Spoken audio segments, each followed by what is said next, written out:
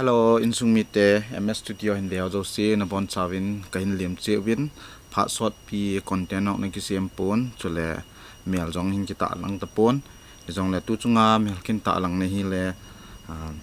kadam jingin chule nang hong na dam jing diu ka ta sanin chubanin subscriber rong anapung jingin tu hin head khel lo wale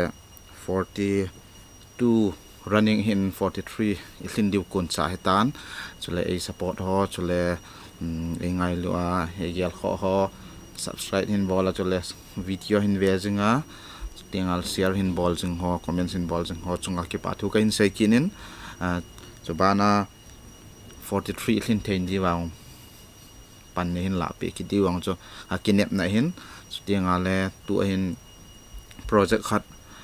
tua recording kabol vin khat wedding chai hetan ichi recording he tua he mixing kabolin editing kabolin ichi yong he hung so do pai de hetan promote na takko ma he chi content he ka hin sem a hin ama Gou Guite don lo wang khu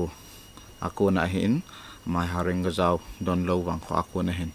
ama hin anu ngai ta dinga ichi la sem hin ichi ala sem he e ho vela la sa min thang lawal ka he status ni thang min sem ti taw te pu thang min sem do ngel na ama hen alaka hi hin siama hichi sa do thea to a huma khat we tinga hung ki sa do chaya to a recording ki bol nga editing ngong he hung chi thla thea uma hin ichela yong hung so do pai di tan che description na a link in koi di hin Gou Guite ama channel he anal lu no tin subscribe na bol pe utin aji cho amahan ichela tai lowa yong ladang dang hin khumbe di umna la hin iche ala yong ingai nom chi diu chu kata san na ji chon ama channel long nga ki to san nain subscribe na bol pi utin tingala iche MS Studio ke channel jong recording ka bol pen chu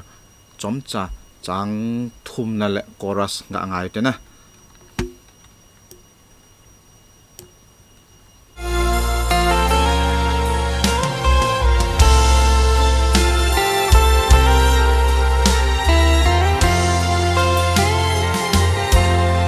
lan alang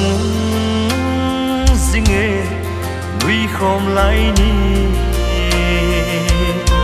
sing sung ki man lên lại ka ngai nghe ze lau la se lo zenin Chunnu ngai chung van gam no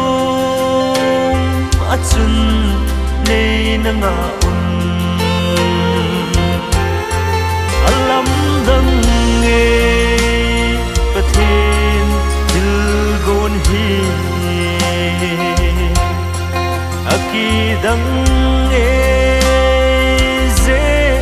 kahin kho hi na pa lai ni a trong nghe ze no khôn xin chẳng đi Namel om poi Chunnu khôn xin chẳng đi Namel om poi no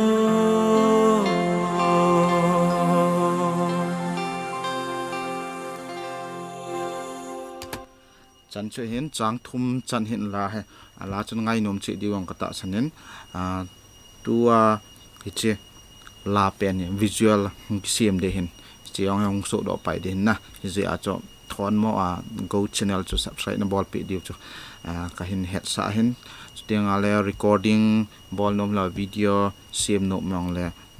ki het to jing the na noya ko contact number ka koyen chi ako na hi WhatsApp hen lang call jong le lawal Facebook lam hen lang Instagram lang hyong le ki het to jing the ti cho ka hin ta lang hin ten chan chu tan tin next video dam wa hin sim kit ka se wa ding in dam sil sel tin so le ne hin support jing diu chu ka kinep na hi